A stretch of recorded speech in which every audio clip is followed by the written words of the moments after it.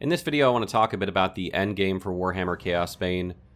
During the beta, I saw a lot of people asking, what's the end game going to be like? They looked interested during our streams and also around forums all over the internet. So in this video, that's what I want to cover and show you guys just exactly what you can do once you hit max level. So once you complete the game's main story, you'll be able to do an activity called Relic Hunting. You do that through the Collector's Guild. You're going to spend your golden crowns in order to go on these relic hunts. The more you spend, the more modifiers you get, increased loot chance and fragment chance. Also, the monsters gain more and more buffs. So the way this works is that whatever level you are when you finish the game, that's when you can start relic hunting. It doesn't matter if you're max level or not. So when you go into these relic hunts, you'll start getting heroic gear. That's the red gear that has like special bonuses on it. You'll start getting that at whatever level you are, and then whenever you hit level 50, you'll start getting it at level 50.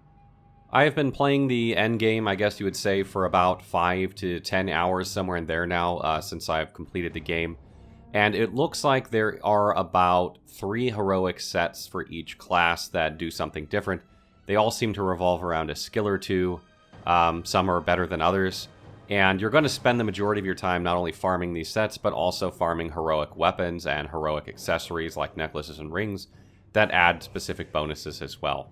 Now, these armor sets all have 5-piece bonuses, but they don't have any other bonuses that you get for wearing like 4 of 5 pieces, so there's no real reason to wear 4 of 5 or worry about how many pieces you're wearing until you have collected all 5 pieces. And in addition, it seems like the stats on all 3 of these armor sets per classes all have the same exact stats, although the ranges vary. They're randomized, kind of like Diablo, where you can roll at the high end or the low end. But they all seem to have the same stats on the same pieces. For instance, gauntlets all seem to have critical chance or something like this, or the helmet has cooldown reduction. It doesn't matter which set you use, this seems to be the case. What this means is that you're going to have an idea of what set you want to use rather quickly, because you're going to pick up at least 1 piece of each set pretty fast. In addition, each class has 6 unique weapons for them. If you're the Imperial Soldier, for example, this means 3 swords or a mace or whatever, and 3 shields. If you're dual wielding or whatever with the Berserker, this is going to be 3 weapons or just 6 weapons, and you can equip them however you want. So that's kind of what you're going to be doing at endgame. It took me about maybe 5 hours to get all the pieces for the build that I wanted in the Heavenly Herald build. It doesn't take an overly long time. Now, increasing the difficulty increases your fragment drop chance and your loot drop chance, in addition to making the enemies more difficult. But one of the things you're going to be doing on top of farming your gear is once you have that gear, you're going to be working on blessing it with fragments. This is not something that's random. You don't gain a random property through doing it. You can specifically dictate what you want by knowing the combinations.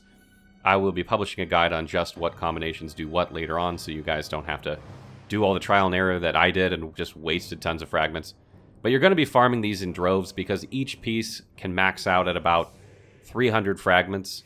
And that's a lot of fragments to use per piece. So if you're talking about doing all of your armor pieces, all of your jewelry, and all of your weapons, that's about 3,000 fragments. So that'll take a while to get, several hours at least, I imagine. So the harder difficulty you play on, the faster that will go. In addition, I can't be certain yet, but it looks like the divine fragments, these are the ones up at the top when you're blessing. You need at least 1 of these in order to bless your gear. It looks like there's multiple types, although I've only ever achieved 1.